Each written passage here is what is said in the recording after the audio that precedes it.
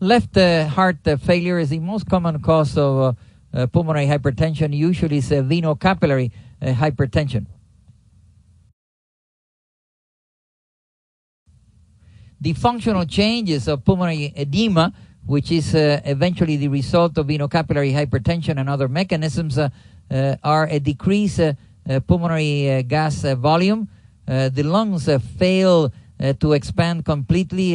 The films appear as if the patient was in expiration. The loss of compliance is what reduces the volume of the lungs. There is increased dynamic pulmonary compliance, increased airway resistance that contributes to the dyspnea, hyperventilation, hypoxemia, and reduction of vascular perfusion with redistribution of blood, particularly to the upper lobes. The venocapillary hypertension is translated into interstitial edema because of the increased volume of the lower lobes and the preferential flow to the lower lobes. Interstitial edema will throw into vasoconstriction the pulmonary arteries, and therefore there will be increased regional vascular resistance to the flow of blood through the lower lobes.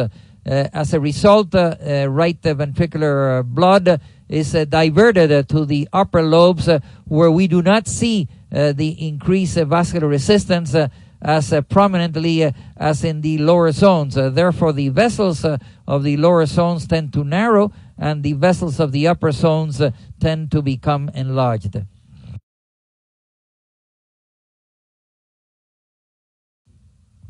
There is a functional interdependence of the two ventricles.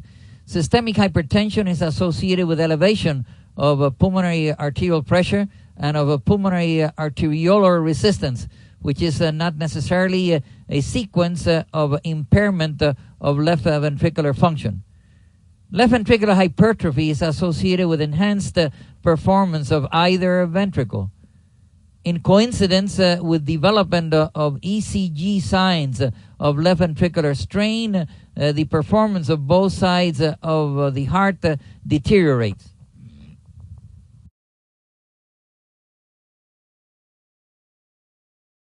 This is an example of a functional obstruction of left heart flow.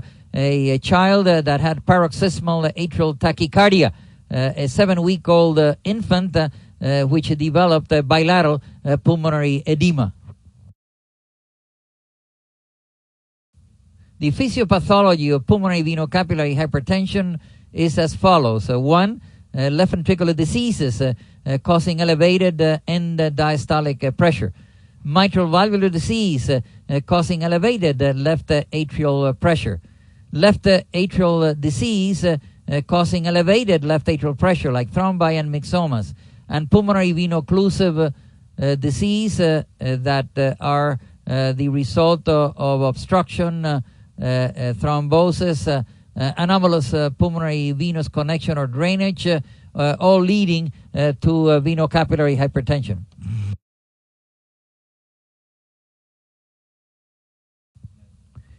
This is a sketch of the pulmonary vasculature in patients who have venocapillary hypertension.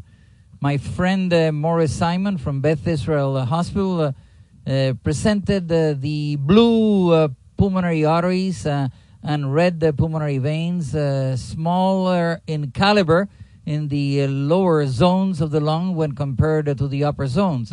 The pathogenesis of this redistribution of blood flow is that interstitial edema will throw into spasm the arteries of the lower lobes, and the vascular resistance to the flow of blood in the upper lobes is not increased.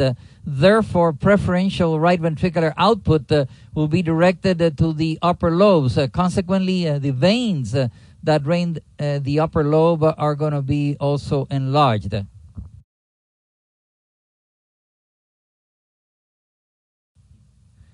About 40 years ago in Cuba, BC, means before Castro, we wrote a paper of the grading of pulmonary hypertension in patients with mitral stenosis. This is a sketch that I used then to show the changes that can be expected when venous hypertension occurs. Note the perivascular haziness in the lower zones of the lung and the increase in the caliber of the upper lobe pulmonary veins.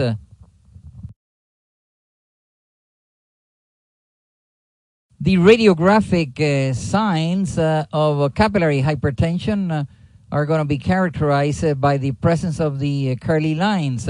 The A that radiate from the hyla, the B that are seen in the periphery of the lung as sharp, non-bifurcated, straight lines. The C that means the crisscrossing of the B lines. The D lines that may represent densities that parallel the periphery of the lungs. Note that there is evidence of perivascular haziness. There is evidence of blurring of the cosodiaphragmatic angle, visualization of the minor fissure. As normally we do not expect to have isolated venous hypertension and isolated capillary hypertension, we should refer to this process as a venocapillary hypertension. And to the signs of interstitial edema, we will also see the vascular changes that we have described in the pulmonary arteries and